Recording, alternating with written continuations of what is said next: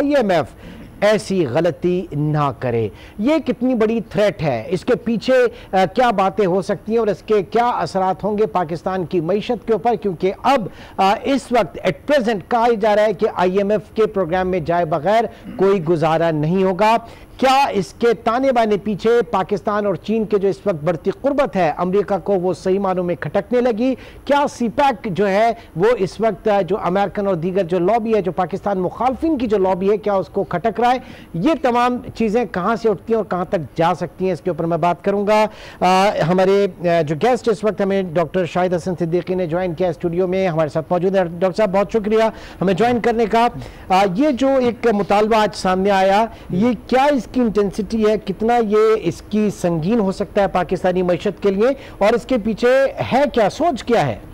देखिए, माजी में अगर आप जाएं तो 2008 में जो हमने कर्जा लिया था IMF से, वो उसका फैसला हुआ था फ्रेंड्स ऑफ पाकिस्तान में, और अमेरिका ने IMF से कर्जा दिलाया था।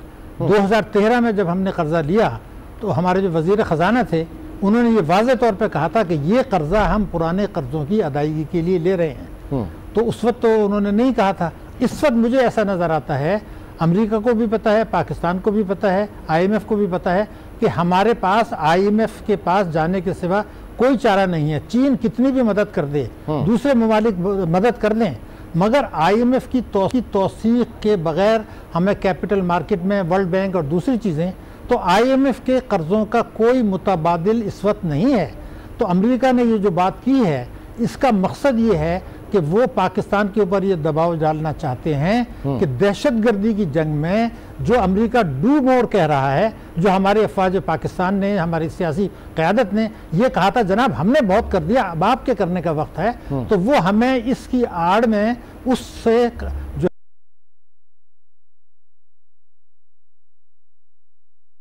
है लेकिन असल में वो ये चाहते हैं कि हम उनके, असल में हम अमेरिका की इससे बाहर नहीं निकल सकते। उसकी वजह मैं आपको बताता हूँ।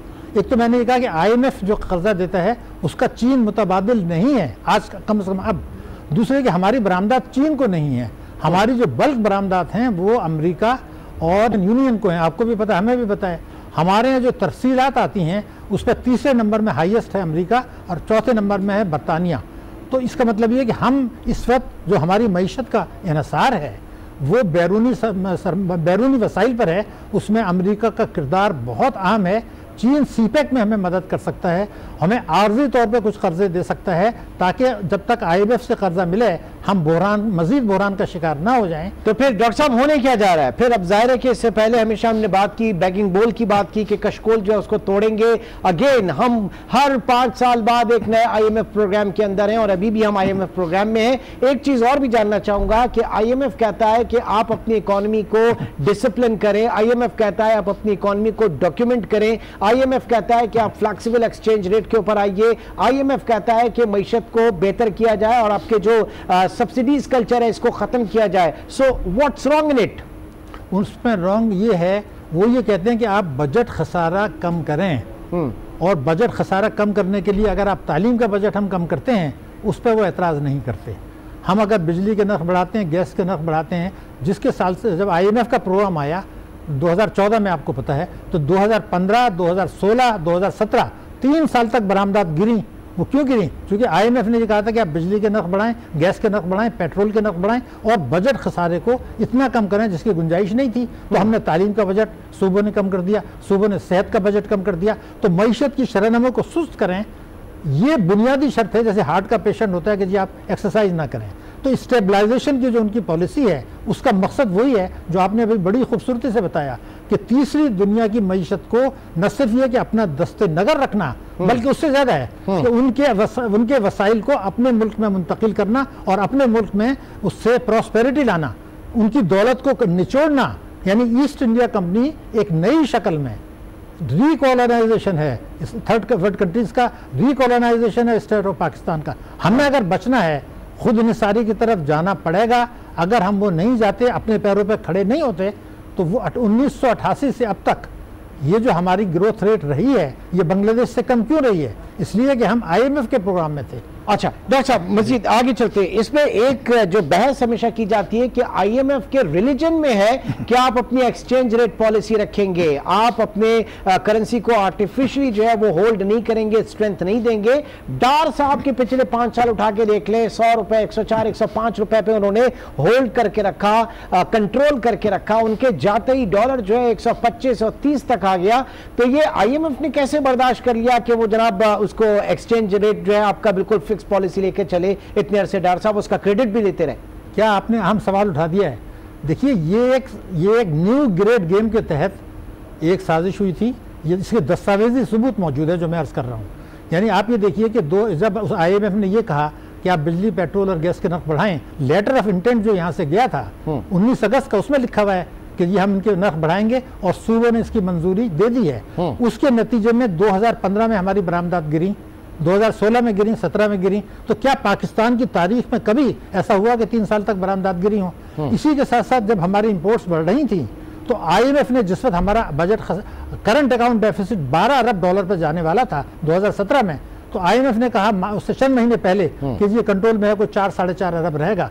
वो ये चाह रहे थे कि हमारा करंट अकाउंट डेफिसिट इतना बढ़ जाए कि फिर हम घुटनों के बल जाएं, और हम उस साजिश का शिकार हुए। डार साहब ने जो मासूमियत दिखाई, उन्होंने जब इसको रखा मुस्तहकम आर्जी तौर पर, तो उन्होंने मसनूई तौर पर, तो उन्होंने ये क्यों नहीं देखा कि हमारी बरामदात गिर रही हैं? उस वक्त हमारी अपोजिशन कहाँ थी? आपको याद होगा मेरे ख्याल से जब पीपल्स पार्टी की गवर्नमेंट बनी थी और कोलिशन, उस वक्त गवर्नमेंट की बात हो रही थी और डार साहब जो है वजीर खजाना थे, उस वक्त भी जब आईएमएफ के पास गए तो वहां जाके ये रोना, सब रोया गया था कि जनाब पाकिस्तान जो है वो बड़ी बुरी पोजीशन में आ गया, खतरनाक हमारे रिजर्व्स खत्म हो गया, और फौरी तौर पर आईएमएफ की डील भी करवाई थी आईएमएफ प्रोग्राम की। बहरहाल इस वक्त शान सईद ने हमें ज्वाइन किया। आप इकोनॉमिस्ट हैं, कुआलालंपुर से आपका ताल्लुक। शुक्रिया शान सईद। आज का ये मैसेज है इंटरनेशनल न्यूज़पेपर्स बना, पाकिस्तान को मिलने वाला आईएमएफ फंड चीनी कर्जा उतारने के लिए नहीं होना चाहिए। अमरीकी वजीर खारजा का ये स्टेटमेंट कितना हार्ड हिटिंग है पाकिस्तान के लिए? मेरे ख्याल सबसे पहले अब टाइम आ गया कि पाकिस्तान भी जवाब दे कि जी अमेरिका को कोई हक नहीं पहुंचता कि वो हमें लेक्चर या डिक्टेशन दे। तो मेरे ख्याल जो यूएस सेक्रेटरी ऑफ स्टेट हैं, he is indirectly interfering in Pakistan's politics and Pakistan economy. Firstly, secondly, आपको चेक करना चाहिए आईएमएफ की मैनेजिंग डायरेक्टर जो है खुद करप्शन में इन्वॉल्व है। तो आपके जो स्पीकर बैठे हुए हैं बिल्कुल सही कह रहे हैं कि आईएमएफ ने पाकिस्तान को कभी सही गाइड ही नहीं किया। आपकी इकोनॉमी 2015 से खराब होना शुरू हो गई थी और आईएमएफ की तरफ से मैसेजेस आ रहे थे कि जी पाकिस्तान की इकोनॉमी बहुत अच्छी जा रही है। तो ये हिडन मैसेजेस होते हैं, उनकी गलत पॉलिसी है कि पाकिस्तान उस तरफ चला जाए कि पाकिस्तान के हालात इतने खराब हो जाए कि वो हमारे पास आए। ठीक है शान, आप हमारे साथ ही मौजूद है। एक छोटे से ब्रेक की कॉल है, ब्रेक के बाद मैं कंटिन्यू करना चाहूंगा प्रोग्राम।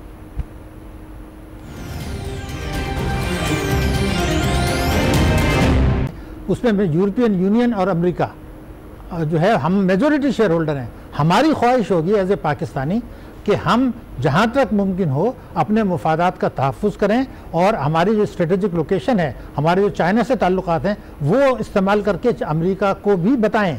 लेकिन अमेरिका को भी तो ये पता है कि पाकिस्तान किस हद तक इस वक्त, आज जब तक हम अपनी इकनॉमी को रिस्ट्रक्चर नहीं करते, हमें आईएमएफ के और अमेरिका के मुतालबात कुछ ही हद तक मानने पड़ेंगे। अच्छा, स्पेसिफिकली डॉक्टर साहब जो कहा गया कि जो चीन के जो कर्जे हैं, इनफैक्ट जाहिर है कि सीपैक में बहुत बड़ा कर्जा है, पाकिस्तान में इन्वेस्टमेंट है और उन्होंने हमने लोन दिया, गो के बड़ी आसाइन और सहल शराइत पर है। बात यह है कि 5 अरब डॉलर की बात की जा रही है कि हम, जाहिर है कि हमने उनका लोन दिया हुआ, तो इसकी रीपेमेंट्स के हवाले से फिर हमें दूसरी तरफ अगर देखें तो इस प्रेशर को निगेट करने के लिए क्या चीन मजीद कुछ हेल्प कर सकता है, मजीद कुछ कंफर्ट दे सकता है हमें? देखिए, चीन से अब हमें ये कर्जे नहीं लेने चाहिए। चीन से हमें ये कहना चाहिए कि जनाब आपके पास 3000 अरब डॉलर के रिजर्व्स हैं, आप मेहरबानी करके स्टेट बैंक में डिपॉजिट देते हैं जैसे बैंकों में रखते। आपने अमेरिका में भी तो रखा है ना कई हजार बिलियन डॉलर। हमें कोई कर्जा मजीद ना दें, वो हमारे मुफाद में नहीं है। हमारे रिजर्व्स को अच्छी पोजीशन में रखने के लिए, ताकि हम कैपिटल मार्केट में जाएं, हम अपने बॉन्ड्स फ्लोएं, हम ओवरसीज पाकिस्तानी को ऑफर करें, यानी आपके रिजर्व जो है वो कंफर्टेबल पोजीशन में आ जाए, बैलेंस ऑफ पेमेंट का आपको कोई इशू नहीं हो, और उसी बेंचमार्क के ऊपर आपकी क्रेडिट रेटिंग जो है वो मजीद बेहतर हो जाए, और international donor agencies other than IMF जो हमें जहां से बहुत अच्छे कर्जे मिल सकते हैं वहां पे हम वो भी कर सके, और अपने सुकूक भी हुआ और दीगर बॉन्ड्स जो है वो इंटरनेशनल मार्केट में हम फ्लोट कर सकते हैं। ये सूरत हाल आप सिर्फ एक जुमला मैं करूंगा कि बैनुल अक़वामी मालियाती इदारे जो हैं वो IMF की एंडोर्समेंट के बाद देंगे कैपिटल मार्केट में। बेंचमार्क तो वही होगा। हाँ, लेकिन जब तक वो नहीं देगा तो वर्ल्ड बैंक भी हमें नहीं देगा। तो IMF की इस वक्त तौसीक लेना हमारी मजबूरी है। इंटरनेशनल निज़ाम ऐसा है। मुझे ये लगता है कि चीन ये कोशिश कर रहा है, मुमकिन है 10-15 साल में वो इस काबिल हो कि आलमी मालियाती निज़ाम में उसका असर और रसूख हो, IMF उसका असर और रसूख हो, लेकिन आज नहीं है। और आज चीनी के पास कितनी भी दौलत हो, वो IMF का सब्स्टिट्यूट हमारे लिए नहीं है। तो हमें इन तमाम चीज़ों को बैलेंस करके चलना है। अमेरिका की बड़ी ताकत है, उसके साथ भी चलना है, अपने मुफादात का तहफ़्फ़ुज़ भी करना है, अपने पैरों पर भी खड़ा होना है। इसका वाहिद तरीका अपने वसाइल पर इन्हिसार, समंदर पर पाकिस्तानियों पर इन्हिसार, और जब तक ये हालात है IMF की शराइत को जिस हद तक बेहतर बना सकते हैं बनाएं। ये कहना है कि हम IMF को छोड़ देंगे। ठीक, शान सईद, कितना आसान होगा इस वक्त जो रेमिटेंस के ऊपर हम फोकस करने जाएंगे, 6-7 अरब डॉलर की बाय अक्टूबर जो है वो बात की जा रही है, कितने एक्सपेट्रिएट्स जो हैं वो समंदर पार पाकिस्तानी, कितना जोश वलवला है कि वो अपना अहम किरदार एक दफा फिर उसको और मजीद सरहद के साथ अदा कर सकें? मेरे ख्याल में प्रैग्मेटिकली स्पीकिंग 4-5 अरब बिलियन डॉलर जो हैं वो आ सकते हैं रेमिटेंसेस के थ्रू। दूसरा, जैसे शाहिद साहब ने कहा, इनकी बात बड़ी वैलिड है कि चाइना अगर अपने कुछ रिजर्व हमारे रिजर्व के साथ प्लेस कर दे ताकि हमारी पोजीशन थोड़ी सी ठीक हो जाए, क्योंकि फिर पाकिस्तान, गवर्नमेंट ऑफ पाकिस्तान की बैलेंस शीट का बिल्कुल बेड़ा गर्क हो चुका हुआ है कर्टेसी इजहार जो उन्होंने इस मुल्क के साथ किया है। दूसरा ये है कि हम अपने अगर लोन्स को रीस्ट्रक्चरिंग की बात करें तो क्या पता उसमें हमें थोड़ा सा कुशन मिल जाए। रीस्ट्रक्चरिंग में ये होता है कि आपकी जो पेमेंट इमीडिएट होती है वो आप 6 महीने के लिए लिंगर ऑन कर सकते हैं, तो वो पाकिस्तान को, गवर्नमेंट ऑफ पाकिस्तान को थोड़ा सा कुशन दे सकता है। तीसरा ये कि आपको पता है युआन जो है चाइनीज करेंसी वो SDR में इंक्लूड हो चुकी हुई है। SDR जो है ग्लोबल एलीट करेंसीज की वो स्टेटस है जो उसको मिला हुआ है 2015 ऑनवर्ड्स। तो हम अब गोइंग फॉरवर्ड अपने रिजर्व जो हैं वो युआन में, और चाइना के साथ जितनी भी अपनी ट्रेडिंग है वो US डॉलर के बजाय चाइनीज युआन में शुरू कर। ठीक है, यानी करेंसी स्वैप जो वो भी ज़ाहिर है कि एक पॉसिबली हमारा एक जो है वो सोल्यूशन हो सकता है। बहुत बहुत शुक्रिया डॉक्टर शाहिद हसन सिद्दीकी, शान, दोनों हजरात ने इस अहम इशू के ऊपर जो है रोशनी डाली। आगे आने वाले प्रोग्राम्स में भी ज़ाहिर है कि ये हमारी गुफ्तगू का मरकज रहेगा। इंशाल्लाह आपसे फिर मुलाकात होगी। अपना बहुत ख्याल रखिएगा। अल्लाह हाफ़िज़।